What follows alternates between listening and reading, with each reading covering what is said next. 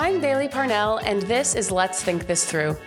Join me for drinks as I bring on guests for conversations that inspire, amuse, and challenge us, but in a fun and relaxing kind of way. Ultimately, it's to help us all learn and live a better, easier life. So let's think this through. The way that I end every episode is with train of thought, as you might remember from the first season. Yeah. So I have my guest kind of sum up one of the big ideas from the episode. And then on the next episode, I give it to that guest and say, how would you connect that to this big idea from the first episode? Okay. So we have really covered, I would say, the spectrum of emotion and life, and we've thought through a lot of things. What would you say is one big idea that you'd want to pass forward to the next guest in this train of thought? Ooh. I think the big idea, and I want to find a way to make it useful. Are you all telling me who's coming next? Or is it a surprise? You can't know. Okay. Yeah, I know who it is, but you can't know. I think the big idea, one of many of the ideas stood out to me from this conversation that I've had with you. But I think a big one that is consistent across all of the different sort of segments here has been, it is hard for an individual to navigate change. However, we have the blueprints of how to do this collectively with and through other human beings, as well as the now or the potential of godlike technology in the form of generative AI and all of its permutations. What could it look like for an individual, a collective, to co-create a better reality, either with other people and or technology that allows them to transcend human limitations? I would say one big idea from our chat today would be having a community that feels that all their services are being met. Today we talked a lot about cities, right? We talked about there. Imagine a community that feels that their services are being responded to. Okay. In a way that's really providing information and accessibility for them.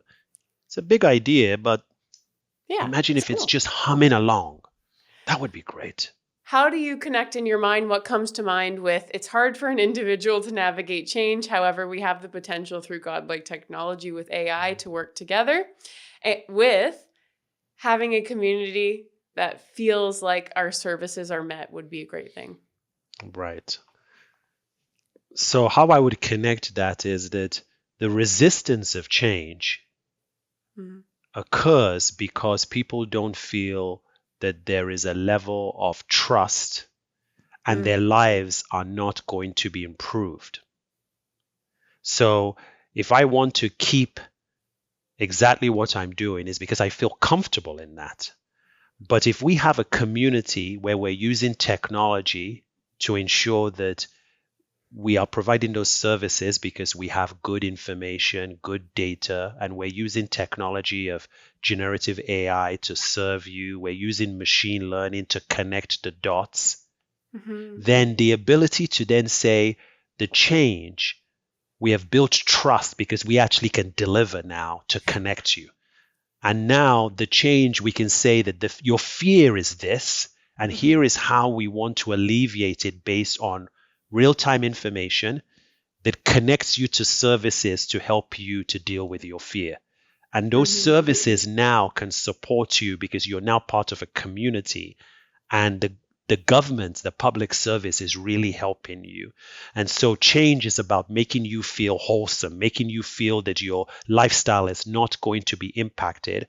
But what happens if through the connecting of the community, we can say, not only are we just keeping your lifestyle, but we are going to improve your lifestyle. What would you say is one of the big ideas from our talk today? Ooh, I liked your futuristic question. And I would say, I think for those of us who are creatives or entrepreneurs, to really think about what the work we're doing now and how it will feel and what it could do 25, 35 years from now. I've always, when we think about our 5-year, 10-year plan, we don't think about our futuristic plan. And now I want to go and design that whole system that I described. So a big idea then is that the work that you're doing today, think about how it impacts people, 25 years from now. Now, the idea from the last episode that where he summed it up was, he said, our conversation has really been about having a community that feels like all of their services are being met. And we were actually talking about smart cities, but he was saying it would be nice to have a community where everybody feels like their services and like their needs are being met. Yeah. So in your mind, how does that connect to what we've said about working today to affect people 25 years from now? I think the only way we could service people's needs is if we take time to listen to them. So that's encouraging people to use their voice. Yeah. How do you know their needs? That's so good. I gotta hear you. I gotta assume what your needs are. Yes. Asking people, what do you need? Let me hear you. And if they don't know right now, coming back and asking them, have you figured out what your needs are? Not just passing them by. Yeah. What was one idea from this episode that you'd want to pass forward? I think one of the biggest ideas is to, as soon as you can, really understand the role of energy and the role of your power within that in the decisions that you make. So I gave up my power very willingly by accident without realizing no, I actually have a lot of power. And it's discernment. It's learning discernment of who to give energy to, who to give power to. But for me, that practice is really about sitting in silence, which I don't do that often. And really understanding just the world of it sounds wooey, but just the world of energy. Yeah. So much of what we do. I don't know why that sounds wooey. Y'all, everyone has energy. Everyone can feel it differently. There are billions of us. Figure it out. At least figure out your own. You know what I mean? Yeah, okay. Well, we can go to the financial literacy workshops and the accelerators, but where's the workshop on your energy? So the idea from the last episode was, I'll give you the idea and then whatever comes top of mind for how to connect it. It was, they summed it up as the work that you're doing today, think about how it impacts people 25 years from now. How would that connect to understanding your energy? So the work that you're doing today, think about how it impacts people 25 years from now. Yeah. I mean, I would say so much. I think the work you do, the work I do, and some of the entrepreneurs I do, we're not building things necessarily. Well, I don't know about it being the best, but for me, it's I want to be the first. I want to have a legacy. And I think know what you're building and why, and then find out just how much energy it takes. One of my advisors says, we think, am I building a 65-year business? Am I building an idea that's going to exist for 500 years? Am I just laying the groundwork for the next generation? It's a very, I don't want to say it's very, I don't know if it's a North American mentality, but this idea that we have one life, we have to achieve everything in that life. It could be the second. I love that. You can be setting the stage for the next generation. We can all create massive impact without having to destroy ourselves and create something massive and too huge. What's the right size of impact for you? Just based on where you're going and what you want to achieve and, being content with that. What would you say is a kind of one main idea from this episode or our conversation together? Relationship. Okay. And the importance of? Relationship as starting place for everything else. Okay. Relationship is the starting place for everything else. Now, the one main idea they pulled out of the last episode was, as soon as you can, understand that we all have energy and learn to understand yours. How does this connect to our episode in the top of your mind? We're not discrete beings floating around separate. We are interrelated. We are in relationship. And there's a bidirectionality. If you understand yours, you can know how to show up radiantly in the world. And that's what I'm trying to help all the learners I encounter do, is to take up as much space use their voice, use their insight, figure out what they love and how to move in the direction of doing the thing they love. But it's also around the magic in interaction. What happens when you're in that when you're in a dynamic? Because there's almost always an alchemy to it, right? Like somebody says something, you're like, oh, that feels good. Oh, that feels like relief. Oh, that feels resonant. Like the chord that is strummed, I can feel that. If you had to sum up what we've talked about today, what would be one big idea that you would use from our conversation? Oof. I don't know. I don't know. I kind of like the dream big, think big, I think a lot of times we can get boxed in by reality. Mm-hmm. And, as we get boxed in with reality, we can sometimes not, this is not feasible. This is not, realistic. But, as you can talk things out, maybe things are. So not boxing yourself in, and in some ways start with dreaming big and start with like you had said, let's think bigger and talk bigger, because we don't want to box ourselves in. I like that a lot. And I could see how that was part of your leadership lessons from your past career as well. So let's take this then. Don't box yourself in, think bigger, and you may find that some of these possibilities are actually possible. Now, I'll give you the idea from the last episode that she said, and then your job is to think top of mind how these things connect in your brain. She said, relationships are the starting place for everything. That was the theme of her conversation. So relationships are the starting place for everything. Now, how does that connect to don't box yourself in and think bigger? Like, where would your brain go first? My immediate thought was, connecting people to thinking big is, building those relationships with people gets those ideas thinking, gets those ideas turning. So, building strong relationships with people can open up different avenues, because a lot of people in meetings will, just kind of be bogged down, and we don't have strong relationships with different people. So we won't call on different people that may have great ideas. So I think it does start with relationships. By the more comfortable you are with people, the more willing you're going to open up ideas. What would you say is one of the big ideas from our conversation that sticks out to you? One of the big ideas from this conversation, I would say tapping into your identity and authentic leadership. Like, I think that's something that definitely stood out to me in our conversations. And maybe this other idea of like holistic kind of leadership, like 360 between like, I think that I didn't expect that conversation to be as kind of in the forefront as it was. So maybe those are the things that stand out to me. Yeah. I like the kind of the holistic, or let's call it like whole life leadership. So how they all play together to make you a good leader.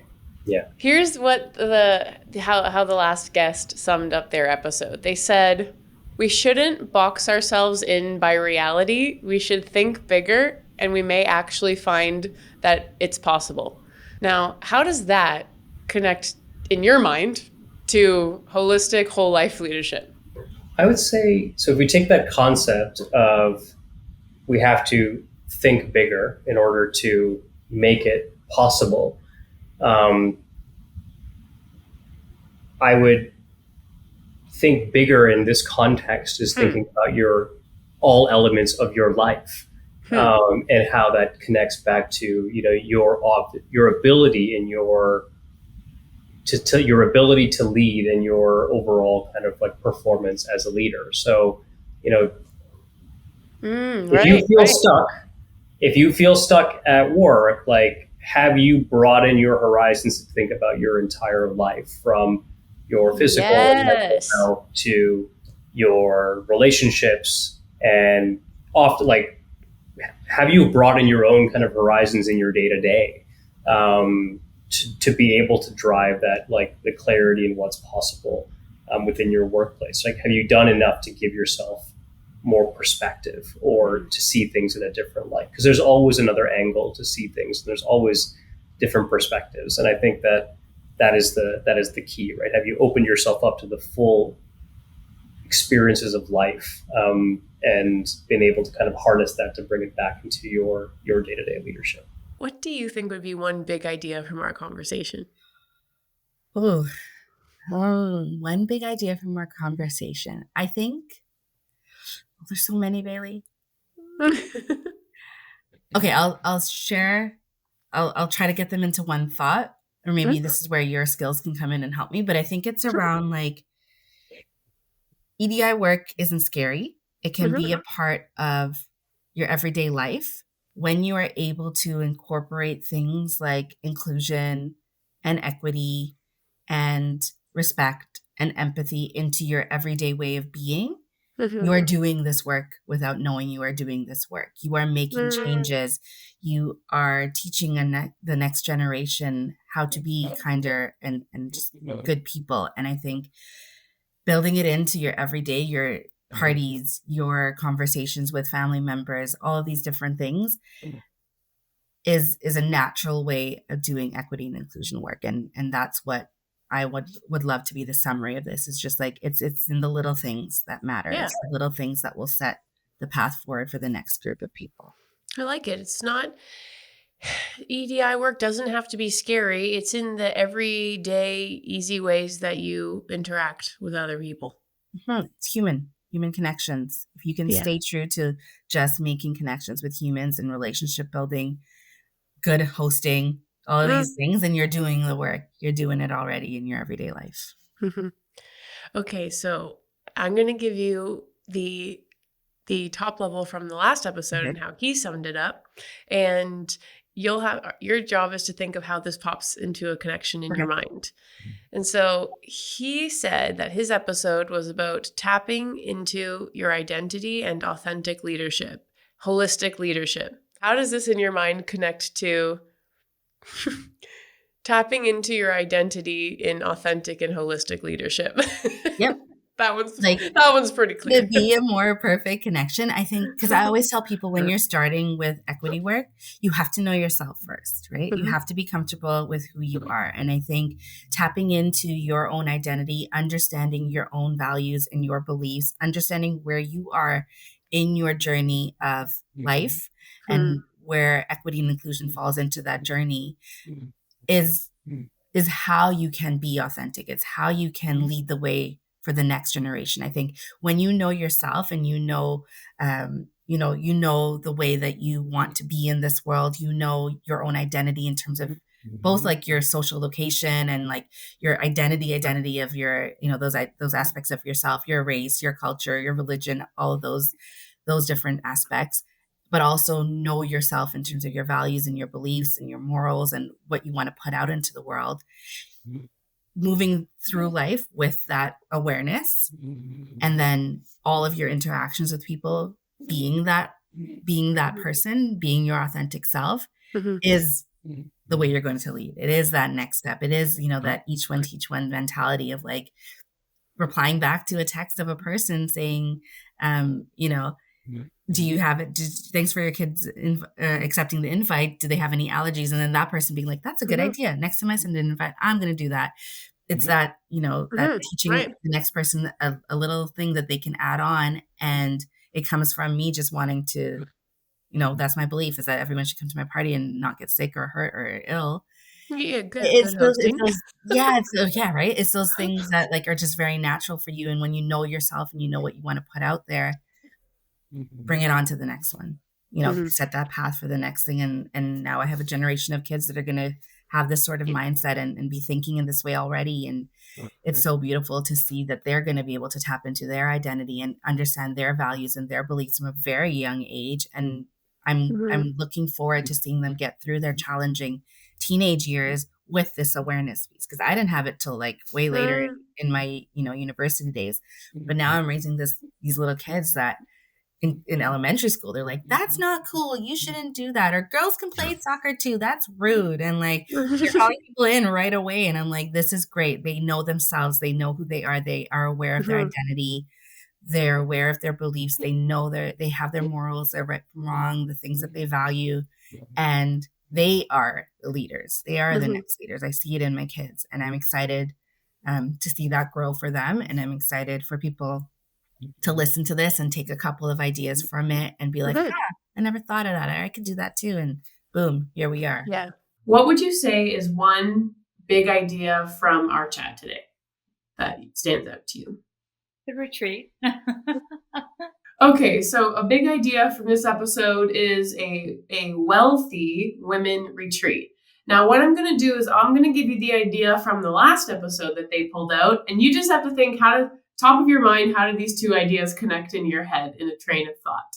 So the idea from last episode was that DEI work, specific, diversity, equity, inclusion work does not have to be hard. It can be done in everyday instances of how you're being and acting. How does this, in your mind, connect to a wealthy women retreat?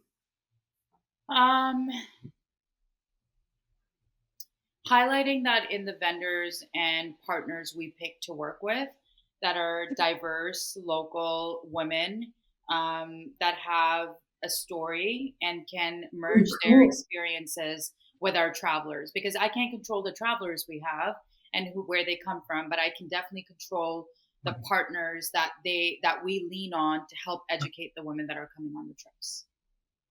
What do you think is one, major idea from what we've talked about today? It's hard to pick one. That we are futurists and that we are creating the future that we'd like to see. And every single person listening right now, they're also futurists, because every single day gives us and them an opportunity to practice their power. Ooh. Okay, we are all futurists because we are part of designing better futures, and everyone listening can be part of that. So the big idea that my last guest took away was, funny enough for you, it was about creating a wealthy women retreat. And this is just what they said. So, and they said specifically, like, the wealthy was about elevating. So she has moved to real estate, and it's about elevating wealth and things like getting women into these areas that traditionally women weren't allowed to be in. And then also elevating experiences like through travel and kind of combining this all. That the wealthy goes beyond just, currency, even though we recognize that in today's system, that includes things like real estate. So her big idea was wealthy women's retreat. Now, how do you, in your mind, how does this connect to you are all futurists and you have the power to be part of designing better futures? How does that connect to a wealthy women's retreat where we have a kind of more holistic view of wealth? I would say to look at cultural wealth as a community practice. That's how I see it. I see it as if you have position power, visibility power, because of the systemic privilege that we inherited. If you are building or co-creating something with only people who look like you, then you're not a futurist. You're actually in the past. Anything that's being designed, you should have multi-ethnic, multicultural, multilinguistic. To me, that is the future. So to me, cultural wealth is the future. What is one major theme or idea that you've taken from our chat? I would say probably the biggest theme is like the resilience of women. Okay. Yeah. Well, then, I'm going to give you what she said was the theme of the last episode, and then your job will be to think what comes top of mind in that connection. Okay. She said that we are futurists and that we are creating a future that we would like to see because every day gives us the opportunity to practice our power. So how in your mind does that connect to the resilience of all women? Well, I think that without sounding too cliche, but the future is female, right? I think when we give women the ability, the resources, the support, the network, the finances to be able to be wholly actualized in our capacities, in our brilliance, in all of that, especially women of color. When we give them the space, then we know our capacity to change the world is going to be unbridled. And so when we think of it from this futuristic standpoint, and when we try to understand that we have to take the steps now in order to build the future that we want to see, a central part of that is that we need to rethink how it is that we engage and leverage and support the women around us. Because I think that will, women and little girls especially, I think that will unlock to us some of the biggest mysteries when it comes to how it is that we will protect our future and the future of our children. What would you say was one major theme from our conversation? Probably the way different technologies enable storytelling and creativity. Now, I'm going to give you the summary of how the last guest summed up their episode. Okay. It's totally different. So your job is to just what comes top of mind. Mm-hmm. How do you connect these two things in your brain? Okay. And she said the main idea from her episode was that the biggest theme is the resilience of women. So okay. How on earth, in your mind, do you connect the resilience of women to how new technologies can, support immersive storytelling and creativity? We are having a hard time finding more women speakers for Control Shift. So if you know any resilient women out there that are experimenting with generative AI, please send them our way. I want to see more. I want to see more of that. Luckily, at the first Control Shift we had one of the people who's helping me run it is Amy. She was one of the first speakers. Out of 4 speakers, she was the only woman speaker, and she was great. She absolutely killed it. And she actually got someone else to speak at the next Control Shift, who is a VFX influencer named Queen Chelsea VFX, who's actually really popping on Instagram. And so I love that she's connecting more people into Control Shift and growing that network. That's something that we're actively trying to do, is make sure that there is a female voice among all the tech bros. So that's probably how I would connect it.